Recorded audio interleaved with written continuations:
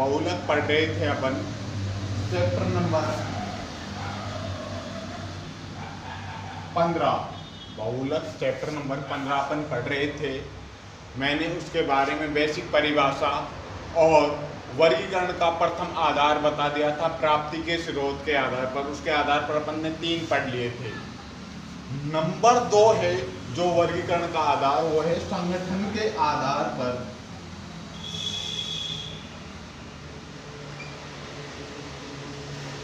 संगठन का मतलब होता है कि कोई भी पदार्थ वस्तु किन किन यौगिक किन किन कंपाउंडों से मिलकर बनी होती है, वो उसका संगठन कहलाता है।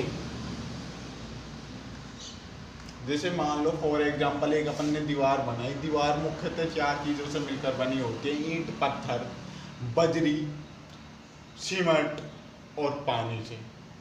तो ये एक दीवार का संगठन कहलाएगा। संगठन के आधार पर बहुलक 2 प्रकार के होते हैं। नंबर 1 समबहुलक। नंबर 1 है जो है समबहुलक। देखो जैसे नाम से ही पता लग रहा है, सम का मतलब समान, सम का मतलब समान, 1 लाख इकाइयां। सम का मतलब होता है समान, 1 लाख इकाइयां।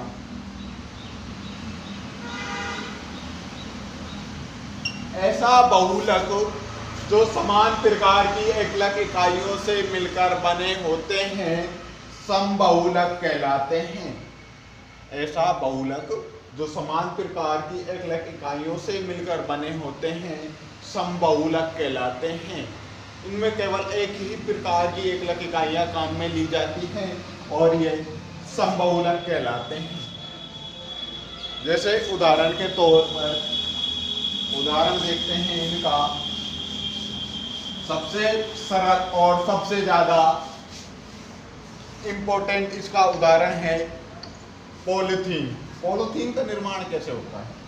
Ethene CH2 double bond CH2। भाई ये एथीन है, 2 कार्बन है, एक कार्बन पर मेथ बोलते हैं, 2 पर एथ बोलते हैं। एथ डबल बॉन्ड है, इसलिए क्या बन जाएगी ये?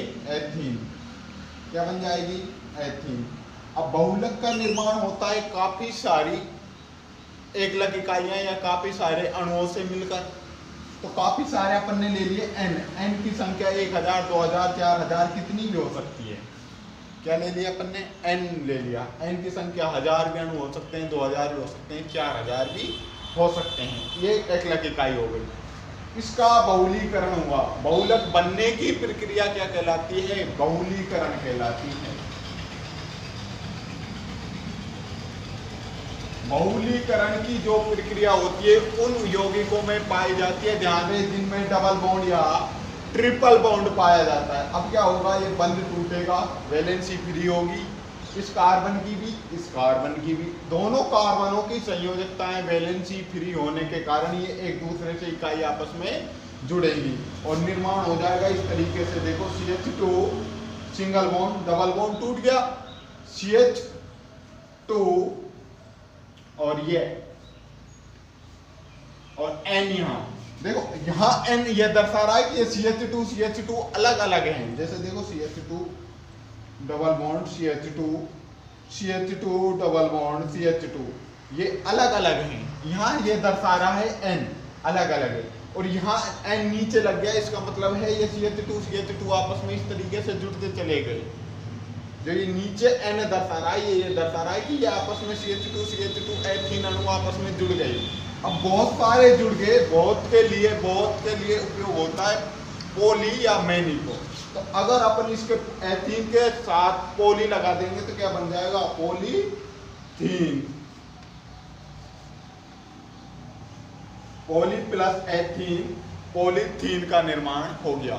अब देखो इसमें समान एक ही प्रकार के एथीन अपन ने काम में ली थी, तो इसलिए समबहुलक का उदाहरण है।